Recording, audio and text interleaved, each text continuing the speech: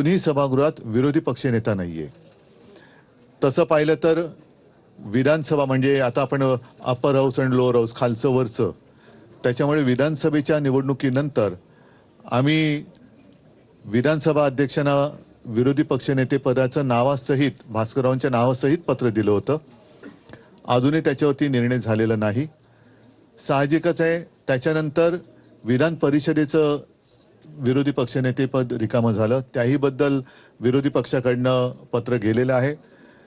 काल आपण जे म्हणालात की मुख्यमंत्र्यांचं म्हणणं असे की हा अधिकार हा अध्यक्षांचा आहे, त्यानुसार आम्ही नियमानुसार अध्यक्षांकडे पण जाऊन ही विनंती केली आणि त्याचप्रमाणे माननीय सभापतींकडे सुद्धा जाऊन आम्ही विनंती केली की आता दोन्ही पदं ही रिकामी आहेत, दोन्ही सभागृहाची ही पदं रिकामी आहेत. आपण दोघांनी एकत्रितपणे हा निर्णय ह्या अधिवेशनाच्या आता उद्या परवाकडे शेवटचा दिवस आहे, आपण जाहीर करावा.